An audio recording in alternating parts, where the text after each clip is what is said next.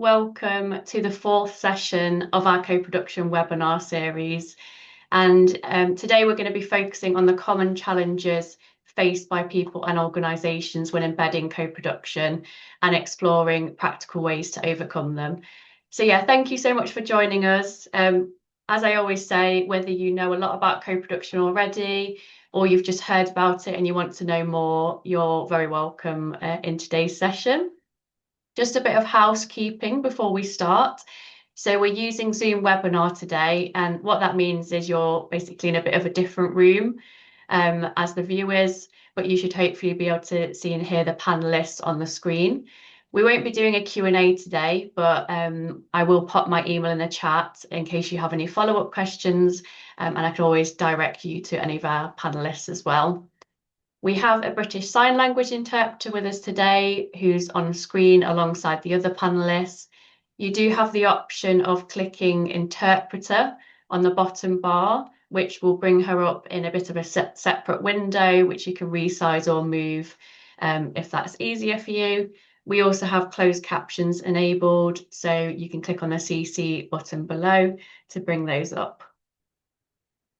Just to introduce myself before we get going, I'm Liddy, I work at Disability Rights UK, and if you don't know who we are, we're a disabled people's organisation, which means we're led by disabled people and we work across the UK to influence better rights for disabled people. And I work as our co-production lead, which means I spend a lot of time talking about working better together with people with lived experience. And co-production, if you don't know much about it already, very simply put, it's a way of working where professionals and people with lived experience design and deliver things together. And it really does lead to better outcomes. It helps us create things that actually work in the real world. It brings together those real voices, real experiences and real ideas into the process. So why are we doing this webinar series? So you might know already, or you might not have heard of it before, but last summer we launched the co-production narrative, which is basically a practical guide that we created for the sports sector, but designed to be useful for other sectors as well. Really practical guide for you to embed co-production within your work.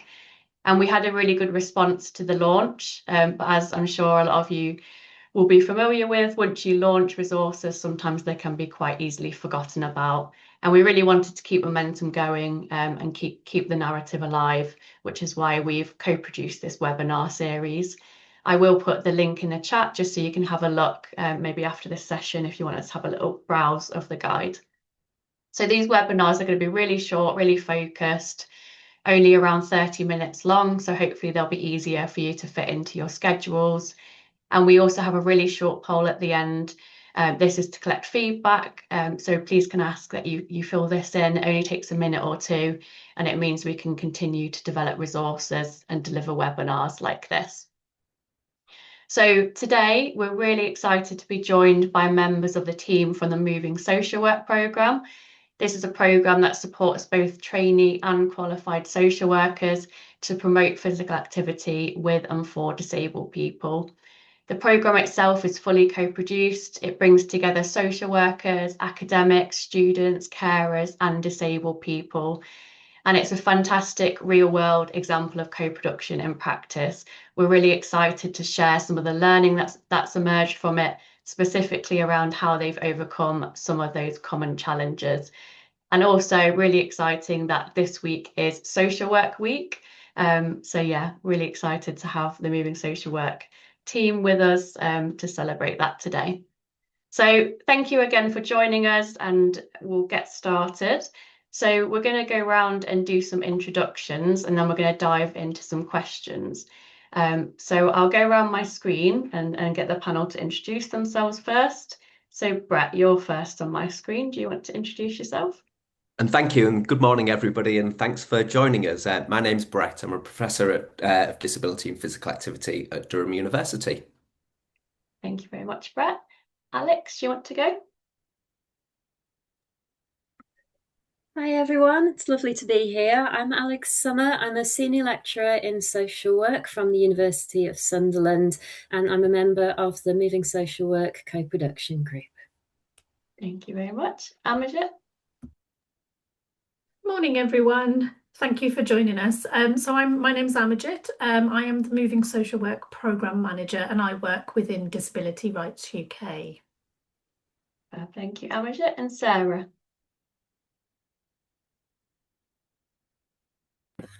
Hi, I'm Sarah, and I've been supporting Moving Social Work, and I have lived of receiving support from social workers. Thank you, Sarah. We missed like a little bit of that, but hopefully we can hear from you a bit later on. So we're going to go into the first question, which is for you, Amajit. So sometimes co-production can be difficult because of lack of buy-in from leadership within organisations. How do you think you can move past this, or have you got any kind of examples you can share from your work? Yeah, thanks, Liddy. So lack of leadership buy-in is something that we've come across quite often in our work, and has been a real barrier. And it can be for organisations who see co-production as something that's optional rather than integral to good practice. And we have seen it within the programme in terms of trying to get that buy-in for delivery of the Moving Social Work training programme in itself. So within Moving Social Work, one of the most effective ways of addressing this for us was by connecting co-production to things that leaders are already focused on. So things like improving service, strengthening the workforce, making better informed decisions. So really speaking to that leadership kind of focus rather than as much as the delivery is like frontline, it's really kind of embedding it from that top down approach in terms of trying to get that delivery through to the frontline practitioners. So when co-production is framed as a way to achieve these goals rather than as an additional process, it kind of resonates more with senior leadership within the local authorities that we've been engaging with. So another important element of demonstrating the impact is more in practical ways. So through the programme, we've shared examples with senior leaderships on how involving people with lived experience and practitioners in shape, and you know that from the two members that have joined us from the co-production group for the programme, in shaping ways to work, lead the work, and have it more grounded in reality and more likely to work within social work practice. So really kind of resonating with that person-centred perspective that social work practice really focuses on. So when leaders can see those outcomes, their better engagement, stronger partnerships, or solutions that reflect real experience, it often shifts their conversations and their focus and willingness to kind of engage within the programme. We also found that encouraging them to start smaller helps to build confidence when we're looking at leadership teams, to encourage them on how co-production can be embedded within their organisations. So it's kind of explaining to them to say that, you know, it doesn't always need to be an organisation-wide change immediately off the bat. So small co-production initiatives can demonstrate what's possible and create that momentum. So creating the opportunities for leaders to hear directly from people with lived experience and practitioners can be very, very powerful. So hence our programme really has those lived experience videos and testimonials within the delivery that we provide. So when leaders engage with those perspectives firsthand, it can often help move co-production from being seen as a concept to something that clearly adds value to the work that they're trying to achieve, and that's the overall outcome. Brilliant. Thank you so much, Amajit. Some really great examples there. Yeah, really kind of sharing the impact of co-production with senior leadership team. Fab, Amajit, thank you so much. So we're moving on to Alex for the next question. So sometimes it feels like professionals are used to holding most of the power. Has that been your experience as part of the co-production group? And what has helped you to feel comfortable speaking up and being genuinely listened to as part of the group? Thank you. I think that's a really important question. And my experience of power in co-production has been very positive. I've definitely felt that I've had a voice and that voice has been heard. I'd say I'd felt comfortable to be part of this because I felt that my views were valued, that they were invited, that my contribution was welcomed. And I think when we consider power in co-production, it's important to understand the workings of this within the whole process, because how power operates should be important throughout.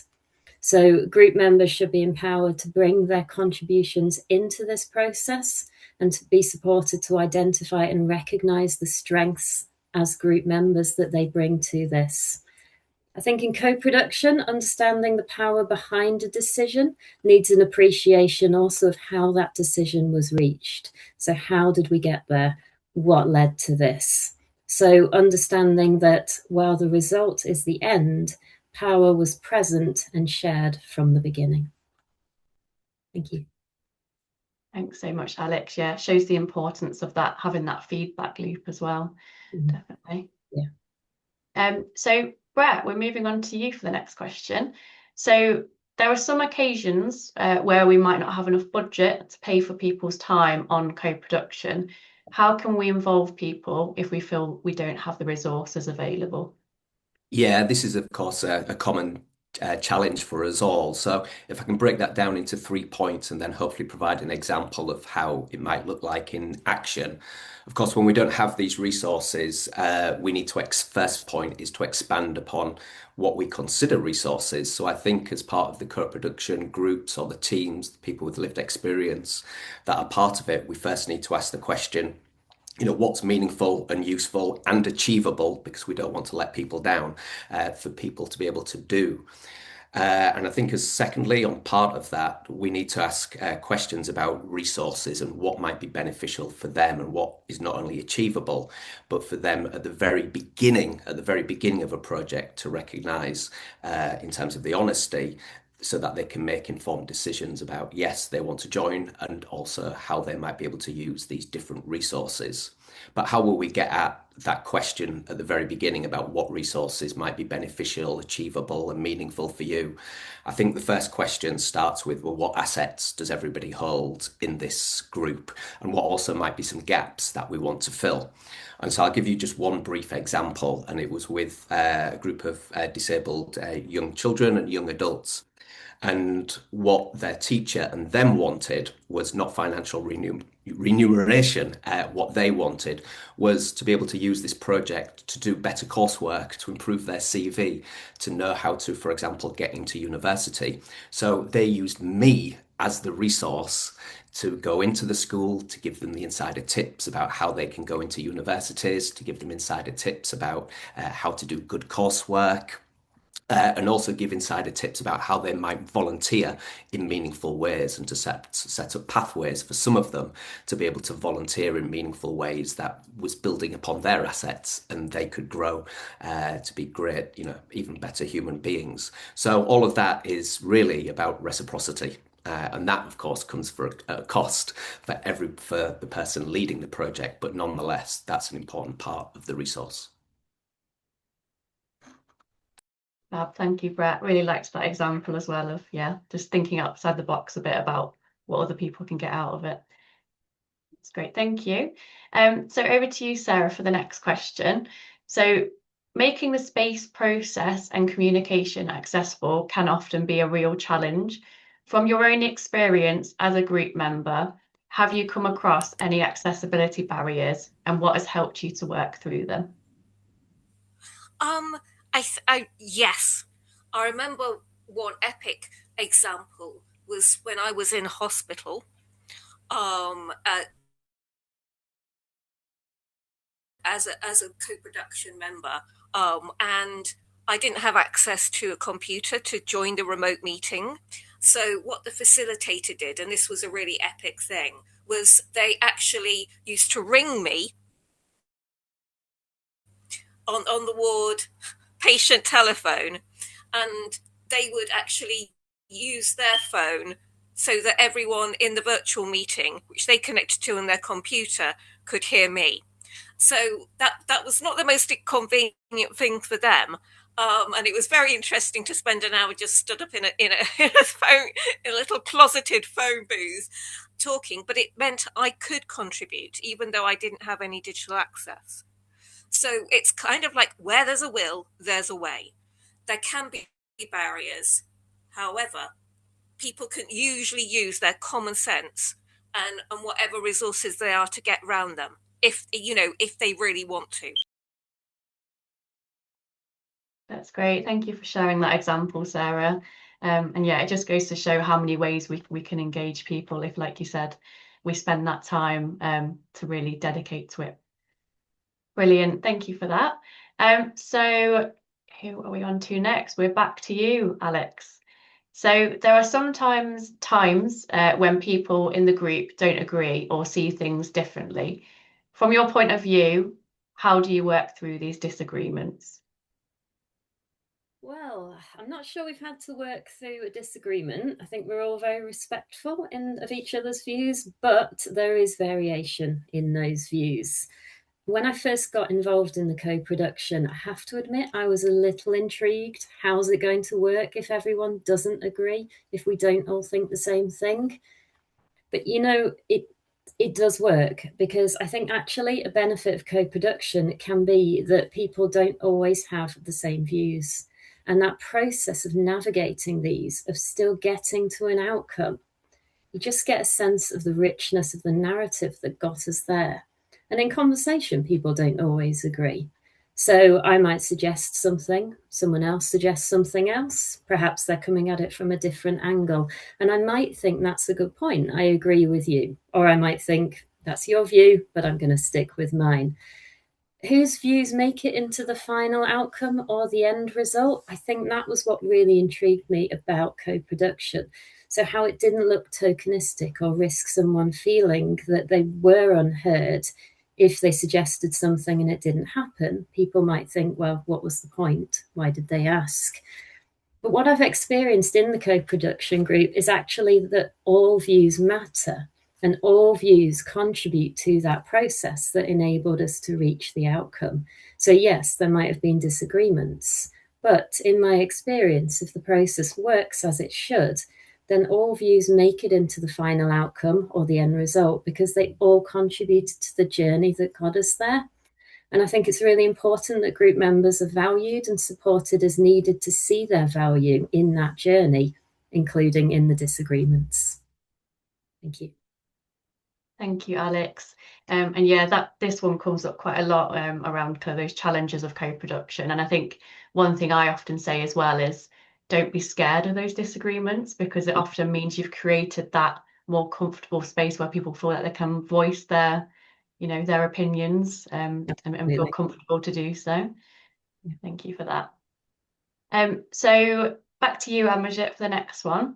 Co-production can take a lot more time, and some organisations or projects are not given the time to embed co-production within their work.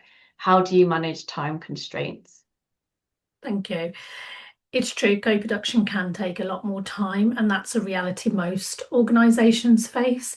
But one of the key things that we've learnt within the Moving Social Work programme is that it helps to think of co-production not as an additional step, but more of as a part of the design from the start of the work that we do.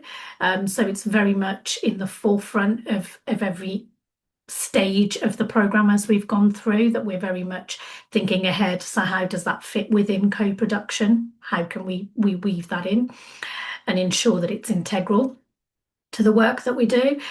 So when we supported co-production within this programme, we were really intentional in terms of creating that space where people with lived experience, social workers and partners could shape the ideas early on in terms of how the programme in itself looked and how that was progressed forward.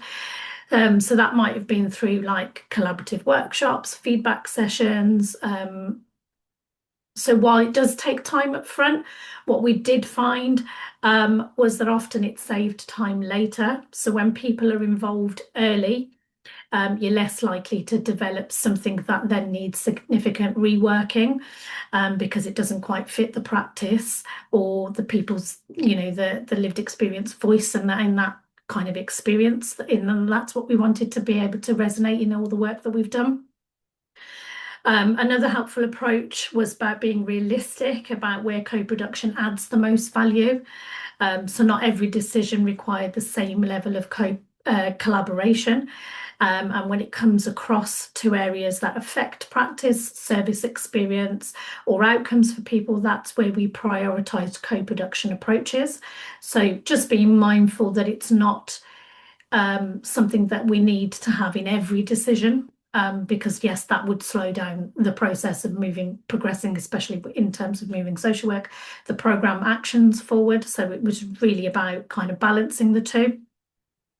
And it has been. So the programme also emphasised good planning and facilitation, clear purpose, structure of the conversations, and making sure everyone understood how their input will shape the work. Helps to make the sessions productive rather than time consuming. And that leads on from what Alex was saying just earlier in terms of her last question around making sure that that was something that was valued. So, all opinions are, and viewpoints are taken on board. And then what do we do with that work? So while co-production does require an investment of time, our experience through the Moving Social Work programme has been that embedding it into the programme actually makes the work more focused, more relevant, and ultimately more efficient. Thank you, Amajit. Some really important points there. And I really liked your point around saving time later. If you're getting it right from the beginning, you're not going to be taking 2 steps forwards, 2 steps back, as is often the case if you're not co-producing. Thank you for that. So we're over to Brett again for the next question. So Brett, it can be hard to demonstrate the impact of co-production in ways funders and leadership understand. How do you evidence the value of co-production to those who need convincing? Yeah, thank you, Liddy. If I can break that down into 5 key points, I think firstly it's important to have a clear understanding of what we mean by impact and evaluation. What does it mean for the leaders, for the funders, and for the people in the co-production group? My experience tells me it can mean different things to different people. So that's the first important starting point. So from early on, we can have a compass to guide us. I think secondly, once we've got that sense of meaning, what things mean, we can then ask the question, well, what types of evaluation do they value? So in some of my academic spaces, it's a randomized control trial. Other spaces that I operate in, it's arts-based research. People value different ways of evaluating. That needs to be discussed early. I think third, we also need to do this well, because in my experience, evaluations and impact isn't often done well. And there's a key reason why I say that. Co-production, of course, isn't new. We're on a resurgence of co-production. It's a lucrative buzzword. If we do it badly and we can't demonstrate impact, then it'll go back on the decline and we'll lose something very, very valuable. So we need to take this seriously, and that includes working with experts, because in my experience, different charities and organisations don't necessarily have the appropriate and right expertise. And then finally, that expertise, say by academic researchers, shouldn't just be done by academic researchers. We need to very early on work with the people with lived experience. We need to work with the funder. We need to work with the leadership team to be able to generate appropriate evaluations. That might be a mixture of qualitative and quantitative research, or it might be just quantitative research longitudinally over time. And that last point is very important, because what we mostly capture is impact in 12 weeks, 24 weeks, or 6 months. What we don't capture is the impact 2 to 3 years down the line, because our evidence tells us impact could take a minimum sometimes of 5 years and often 11 years. Thank you so much, Brett. Really important points there. Definitely about kind of those longer term impacts as well. I think that's often forgotten about. Brilliant. So we're over to the last question now. Oh, in fact, before I go into the next question, just to say we've got a webinar in 2 weeks, which is all about evaluating the impact of co-production. So if you are interested in what Brett was talking about, please come along to the next webinar. So the final question is over to Sarah. So people involved in co-production sometimes feel their time, skills, or lived experience aren't fully recognised. In this project, what kinds of recognition or support have helped you to feel that your contributions truly matter? Well, to be honest, what really helps me and what helps a lot of service users is having our names mentioned, or or even that service users are named as a group on papers and outputs. So we have that kind of academic validation, formal validation. That's great. It's also good, to be kept in the loop about what's happening with pieces of work that are being completed, with sharing, with dissemination, being included in things like this. I think having a seat at the table and being allowed to share and synergize with other people is a great thing. And I think it's not just about sharing power as though it's a zero-sum game. If someone is given more power, then someone loses power. It's a question of creating power through allowing people to co-produce and contribute to co-production in diverse ways. And I think it's also about allowing more flexibility in how people contribute. So very often in projects, there can be a chain of emails between people, but the people with lived experience can be excluded from that. Include us. We know how to use email. We know how to contribute to discussions via email. So it's about breaking down barriers in expectation and avoiding the bigotry of low expectations. That's a bit of a harsh saying. I didn't mean it to sound like that, but it's a kind of like refreshing how people with lived experience are seen. Brilliant. Thank you so much, Sarah. And allowing that to lead to greater opportunities to be involved. Yeah. Brilliant. Thank you so much, Sarah. And yeah, we've come to the end of the webinar now. So we managed to cover all 8 of our questions, which is great. We weren't sure if we'd have time.